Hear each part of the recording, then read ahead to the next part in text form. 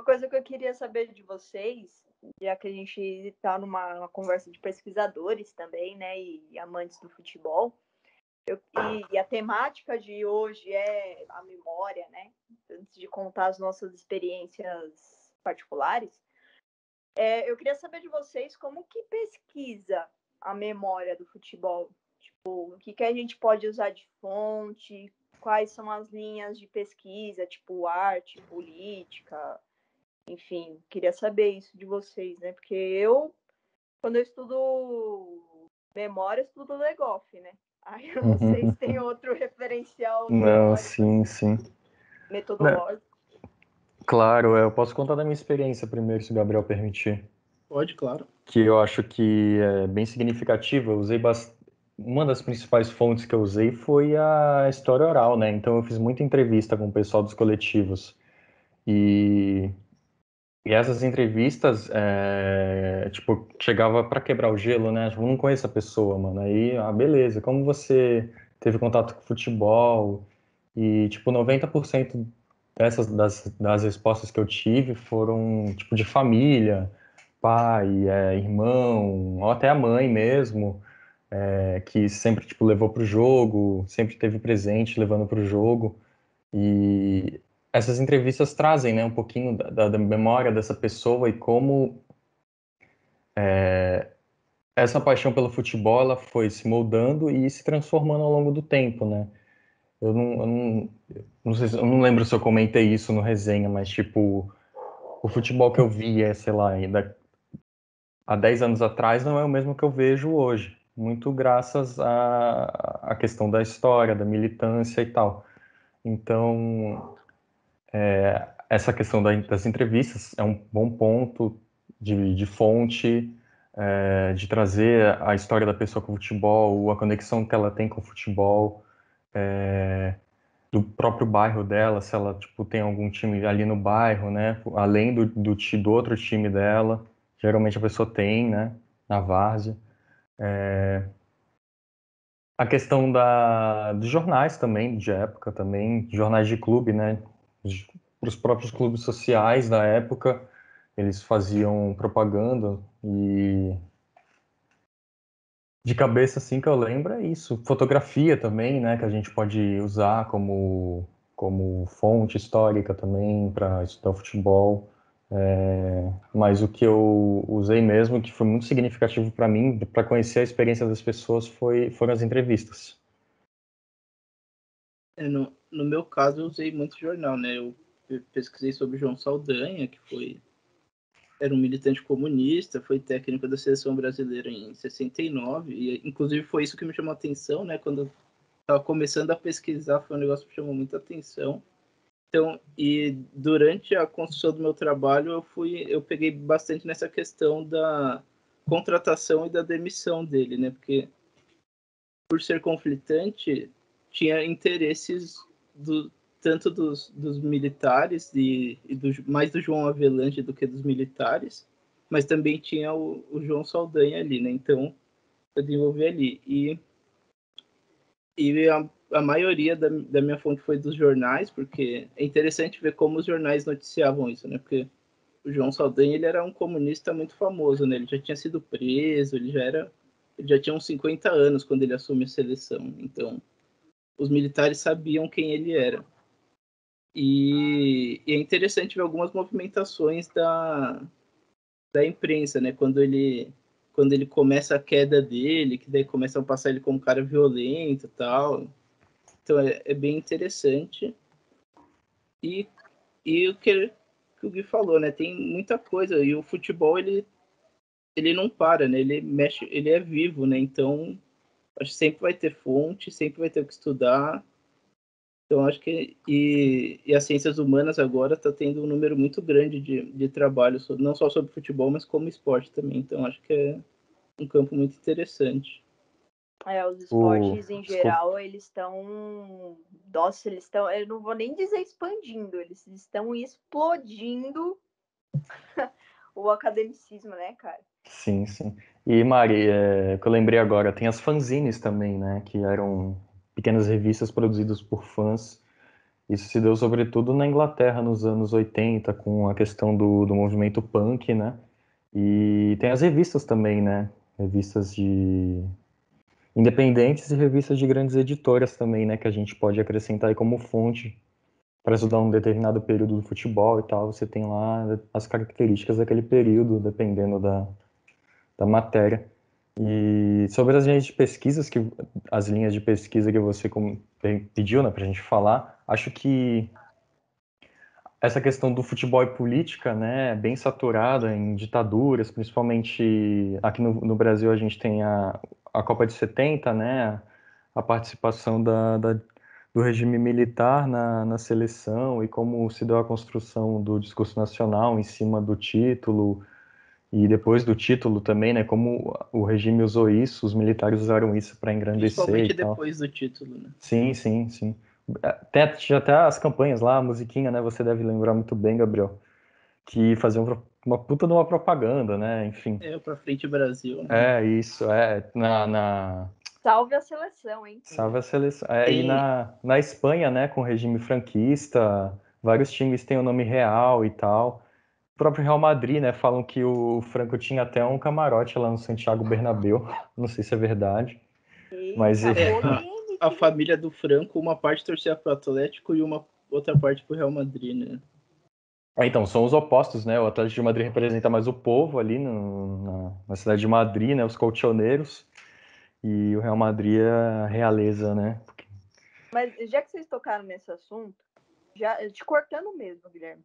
É Eu assim, queria né? que, É assim, já que vocês comentaram desse levei cunho um toco, né? autoritário, eu vou ser Não estamos falando de autoritária. basquete, mas levei um toco aqui. Não, mano, que eu queria que vocês falassem, porque assim, como muita gente que acompanha a História no Papo sabe que é uma parada mais pro povo, né, mano? Uma coisa para as pessoas entenderem como que a história ela tá inserida em tudo praticamente, né? E aí, uma coisa que vocês podem falar muito bem, que eu acho que é o ponto de intersecção, né? O ponto que une as duas linhas de pesquisa, que é o lado futebol política, né? E muitas pessoas nas redes sociais, elas não acreditam que futebol é política. Acha que futebol é recorde de gols, é recorde de títulos, é não sei o que, né? Que acha que é o jogador craque master que faz a história. Mas não, mano, o futebol está inserido no sistema. Como vocês comentaram no Brasil, dessa parada da ditadura, e como a ditadura soube articular a identidade nacional e manipular a emoção das pessoas, né? Eu queria que você começasse, inclusive com o Rossini, explicar um pouco do seu objeto de estudo, né? Que aí você já lançou, tipo, pá, ele é comunista. Imagina, mano, o pessoal assistindo isso assim, tipo, caralho! Sério mesmo a invenção desse menino aí, né? Bom, então deixa eu falar primeiro um pouco mais do João Saldanha, né?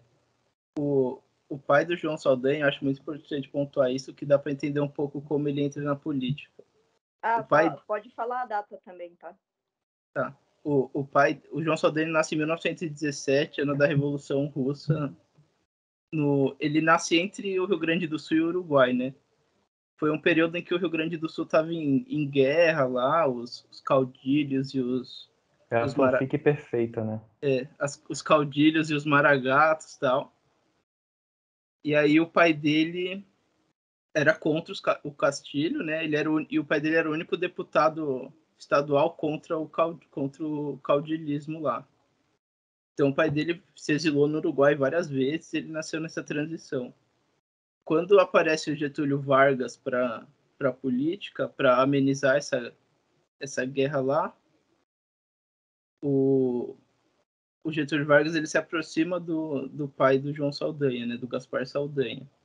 E aí, quando o Getúlio Vargas vai para o Rio de Janeiro, vai para a presidência, ele dá de presente para o pai de Saldanha o cartório de registro de imóveis de Copacabana. Então, o Saldanha vai pro Rio de Janeiro lá e, enfim, daí ele é o botafoguense, um dos botafoguenses ilustres, né? Lá ele conhece o Heleno de Freitas, E ele também entra para a política lá, né? Ele começa a fazer a faculdade de Direito, não gosta. E aí ele começa a transitar entre o Partido Comunista, na ilegalidade, né? Porque era ilegal. O futebol, ele vira técnico do Botafogo, né? Ele foi campeão do Campeonato Carioca com Garrincha, Newton Santos e tal. E ele tá sempre dentro da política. Ele era... O cargo dele, não sei se é certo faz, mas ele era o mensageiro do partido. Ele que era o cara que sempre viajava para fora, enfim, levava dinheiro, informação.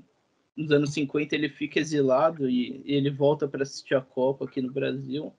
Então ele sempre está nessa transição de tarefas do partido, futebol, tarefas do partido, futebol. E aí, nesse meio, entra o jornalismo, né? Ele é convidado para o Última Hora, que era um jornal que tinha muitos comunistas na redação, e ele fica até 64.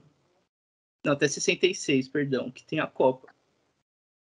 Daí o Brasil perde a Copa, né, de uma forma vexatória, né, vista como vexatória, e ele era um dos principais críticos do João Avelange, que era o presidente da CBD, eu acho ainda. Eu não sei se já era CBF.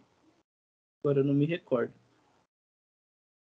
E em 69, quando tem a troca de técnico já antes das eliminatórias para a Copa, o João Avelange convida o João Saldanha. Só que aí já é o AI-5, né? Tem que pensar isso, já é o AI-5. E ter um comunista com AI-5 num dos principais símbolos de brasilidade é um negócio que você questiona, né? Fala assim, pô, como assim, cara? E aí tem, eu acho que duas questões centrais nisso, que é o João Avelange, ele já queria ser presidente da FIFA nessa época, ele já tinha essa vontade, né? Que é um cargo político muito importante no meio do futebol.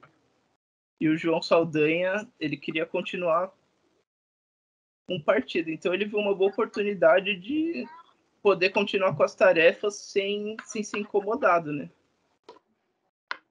E, enfim, os militares, eles questionam o Avelange, né? O Médici, ele assume no meio de 69, eu acho. Ele tinha sido um dos comandantes do SNI nos anos 40, quando o João Saldanha foi preso e tal, então já conhecia a história do Saldanha também e tal. E o Saldanha, durante as eliminatórias aqui na América do Sul, ele faz um negócio incrível que é ganhar todos os jogos. Classifica o Brasil invicto para a Copa. E aí começa a ficar mais tenso as coisas, né? O clima para ele. Tem um livro que é de uma das esposas dele, ele foi casado 5 vezes. Que ela fala que tinha algumas pessoas que viviam seguindo eles. Tipo, e era cara que ele sabia que era militar, que às vezes chegava até a conversar tal. E entre a eliminatória Copa, ele começa a receber muitas críticas mesmo, assim, de outros técnicos, da imprensa, principalmente a imprensa paulista, né? A carioca ainda defendia um pouco ele, mas a paulista criticava muito. E tinha um técnico em especial, que era o Justrich, que ele odiava o João Saldanha. Enfim, ele era um dos caras que falavam que era o futebol moderno da época, né? Que era o futebol bem militarizado, da disciplina e tal. E aí ele fala que o João Saldanha era muito ruim. O João Saldanha entra no treino do Flamengo, né? Ele era técnico do Flamengo, armado, falando que ia matar. E aí, depois disso, tem a famosa entrevista, né, do João Saldanha para a rádio do Rio Grande, para a TV do Rio Grande do Sul, que ele fala que sai um boato que o Médici queria que o Dadá Maravilha fosse convocado. E aí o João Saldanha fala, ó, ele escala os ministérios, eu escalo meu time, né? Daí na época isso aí foi visto como muito afrontoso e tal. E aí ele é demitido.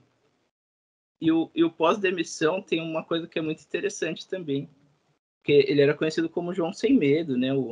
Era o apelido dele, porque ele batia de frente, criticava a ditadura. Só que ele teve medo, né? Então ele saiu criticando o Pelé, falando um monte de coisa. Falou que o Pelé estava falido, que ele não ia poder ir para a Copa porque ele estava com problema de visão. Tudo isso para ele se sentiu seguro fazendo isso para se manter em evidência, né? E aí o que segurou ele mesmo foi o Roberto Marinho, que chegou nele e falou: não, vem escrever para o Globo que tá tudo certo e os militares não vão fazer nada para você. Mas mesmo assim, pô, durante a Copa, ele foi visitar o João Goulart no Uruguai, ele foi visitar o Prestes na União Soviética. Então ele sempre, mesmo estando na seleção, ele ainda estava bem atuante dentro do partido. Isso é importante falar, né? Que as pessoas, por mais que elas tenham atuação em um ramo principal, né? Elas não são avulsas das suas particularidades, né? Por isso que muito na história a gente fala que não existe imparcialidade. Tudo que as pessoas fazem, elas fazem por conta de uma gama de coisas que fazem sentido e que participam dentro da vida dela, né? É muito importante isso, porque às vezes as pessoas dizem que, não, mas se o cara é técnico de futebol, ele tem que treinar o time, ele não tem que estar envolvido com política. É igual quando eu falo que jogador não tem que se manifestar mediante as coisas que estão acontecendo no país, né? Eu acho que é importante a gente ressaltar que a função também é representar. Né? Existe uma representatividade que sim tem que se fazer política, tá ligado? Então a gente está vendo uma coisa da década de 70 que rolou, que não é porque rolou em 70 que ficou em 70. Né? Então, vem de movimentos antes de 70 e a gente pode falar até da formação dos próprios clubes, né? Clubes de várzea, clubes de classe operária. Né? E é importante ressaltar, né, Rossini, como você mencionou, o Saldanha nasceu em 17. 17 é um ano muito importante, não só da União Soviética, como também para a gente aqui no Brasil, porque foi o ano da primeira greve nacional, a nível nacional, que veio do setor operário, que eram setores que trabalhavam com anarquia, trabalhavam com comunismo. Né? Eu acho que se teve algum período que realmente isso aconteceu mesmo, foi em 17, né? Uma época que o Prestes estava estralando e tal. E é Deixa muito... eu só... Pode falar. Que esse negócio para o Saldanha, o partido, o comunismo, ele era a coisa mais importante da vida dele. Era mais importante que a família dele, que os filhos dele, e claro que o futebol também. E o Saldanha, ele participou ativamente da greve dos 300 mil nos anos 50, acho que foi no início dos anos 50. Ele viveu pelo partido mesmo, né? Tanto que a maior parte da vida dele, ele estava na ilegalidade, né? Por pensar que de 1940, que é quando mais ou menos ele entra, até 1990, que é quando ele morre, o partido teve menos de 10 anos de legalidade. Então é muito simbólico isso. Ele morreu por perseguição ou morreu de morte Não, morrida? Ele morreu por problemas pulmonares em Roma, cobrindo a Copa de 90. Caramba! E aí, Gui, você já estava se preparando para entrar aí? Não, então, você estava comentando do fazer política e tal. Acho que a visão que a gente tem e que foi dada para a gente sobre o futebol, a narrativa que é dada para a gente sobre o futebol é muito do clube social, né? Que acompanha muito as origens dos próprios clubes, né? Tipo, a gente pensar a estrutura de um clube social. Pegar, sei lá, Sociedade Esportiva Palmeiras, por exemplo. Tem lá o clube social, a gente tem que pensar o São Paulo também, tem lá o clube social. Independente se você for torcedor ou não, você pode se associar ao clube social desse clube, né? Tipo, sei lá, Eu quero usar... usufruir dos É, espaços. exato, ir, tipo, na piscina, jogar bola lá nas quadras, nos campos, enfim. E se a gente pensar essa estrutura, quem pode ter acesso a essas estruturas, né? Tipo, quem pode entrar e tal, fazer uso desses equipamentos, são os próprios sócios. E geralmente tem os estatutos, né? Então, quando surgiram os primeiros clubes sociais aqui no Brasil de futebol e regatas, que era bem comum, né? O uso do remo. Tanto que o Flamengo, se não me engano, hoje ainda tem no estatuto que não pode tirar o remo, né? Porque é clube de regatas, Flamengo, não sei o que lá. E tem o Corinthians também, né? Que tem os remos, a âncora no símbolo, isso vem dessa época. E então, tipo, se a gente pensar essa estrutura, era algo muito fechado. Então, o discurso que prevalecia era tipo, nós somos iguais, quem é de fora não pode entrar, se não for associado, né? E nós jogamos o futebol com as nossas próprias regras. Então, a política, né, pensando assim, a política que se fazia lá dentro era a política de um discurso interno de um determinado clube que seguia os pensamentos dessa galera que estava lá. E isso alimenta, né, o discurso apolítico, né, do futebol, que a gente sabe que não existe, né, discurso neutro. A neutralidade é você apoiar um discurso, geralmente é o discurso que oprime as pessoas que não pensam iguais, né, igual tipo, a que essa galera tipo, que jogava num clube social pensava. Então, antigamente tinha o futebol da elite, né, e o futebol da várzea. E volta e meia, se a gente pegar jornais de época, o futebol da várzea era retratado como tipo o futebol do outro, aquela visão do outro que a gente tem sobre, por exemplo, o discurso da colonização. Era exatamente isso. Nós somos os mais fodas, a gente tem o discurso da racionalidade, e os que não têm o discurso da racionalidade não podem jogar com a gente, porque eles não conhecem as regras e tal. E isso é muito presente ainda hoje em dia. E acho que mudou um pouquinho, né? Porque hoje em dia o futebol é mais visto como entretenimento, é vendido mais como um produto, mas esse discurso de ser um lugar apolítico, o estádio ser um lugar onde não se pode praticar, onde não se pode falar de questões políticas, onde a gente não pode, dentro de um contexto ali em que esse estádio, esse espaço de torcer está inserido, a gente não pode trazer as questões que estão rodeadas ali para dentro, porque não pode atrapalhar o espetáculo. Então, isso é bastante presente hoje em dia, só que de maneiras diferentes com outros agentes, né? Antes eram os clubes sociais com seus estatutos, hoje em dia é a grande mídia, são as empresas que bancam, que patrocinam, que organizam também esses eventos. Acho que essa visão dessa política que não pode ser feita, não pode ser trazida, é bem do clube social da origem do futebol aqui no Brasil.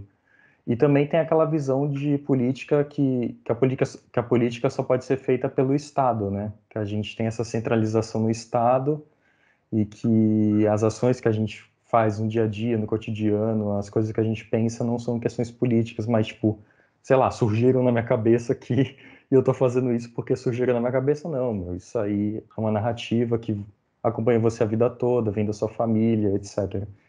E não é algo que surgiu do nada, né? A gente sabe. É louco isso que o Guilherme falou, né? Porque ele falou assim, não, vendo a sua família.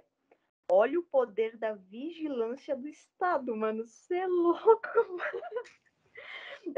Eu precisei cortar para frisar isso. Não, mas mano, tipo, ninguém tem os pensamentos que tem à toa, né, mano? Isso vem da educação familiar, a sua família já passou por um processo de educação, já tá inserida numa determinada narrativa social, Já está inserida numa hierarquia. já está inserida numa hierarquia, aprecia determinado partido político, é fã de determinado político, segue determinado partido, tem certas visões de mundo, certas visões políticas. Enfim, isso não é uma criação do nada, como a galera acha que é. Não é um discurso neutro, né? E no futebol é isso. Busca se criar muito esse espaço neutro, mas de neutro não tem nada, né? E acaba oprimindo o debate sobre racismo, sobre gênero, sobre sexualidade no futebol, e, enfim, né? É essa tragédia que a gente vê hoje, que, tipo, foi até que eu comentei no resenha, que um jogo, acho que da Champions League, na temporada passada, o Bayern de Munique ia jogar... Não, acho que a Alemanha, foi na Europa ali, nessa última Europa que teve, nessa última Copa que teve aí, que a Itália ganhou e tal. Acho que a Alemanha ia jogar contra a Hungria, e a Hungria tinha um mando, mesmo o jogo sendo na Alemanha, lá na Allianz Arena, que é a arena do Bayern de Munique e tal. E a gente sabe que a Allianz Arena, ela tem a questão das luzes, né? Então, tipo, ela muda de cor. E, e na época, a Allianz Arena, não sei quem, tipo, não sei se era a Federação da Alemanha, queria colocar as cores da bandeira do movimento LGBT em volta da arena, né? Tipo, para colorir a arena, porque a Hungria tinha votado, se não me engano, naquela semana, uma lei que proibia o casamento homoafetivo. Então eles queriam, tipo, fazer um protesto e tal, provocar. Aí a UEFA, que é a instituição, a confederação organizadora, não permitiu, porque eles falaram que não podia fazer política, não podia protestar. Então, meu, você tá tirando o futebol é humano, como o Gabriel falou, você tá tirando o futebol ali, tá colocando ele numa ilha que é só rodeada de água, desse discurso apolítico, desse discurso neutro, e tá errado, mano. A gente não pode fazer isso, não deve fazer isso, né? Porque o futebol é rodeado de questões políticas, sociais, está inserido ali no contexto que ele tá, tipo, o clube social, ele tem um contexto de bairro, ele tem um contexto ligado aos seus torcedores, enfim, a gente não pode enxergar o futebol como algo à parte desse mundo, né?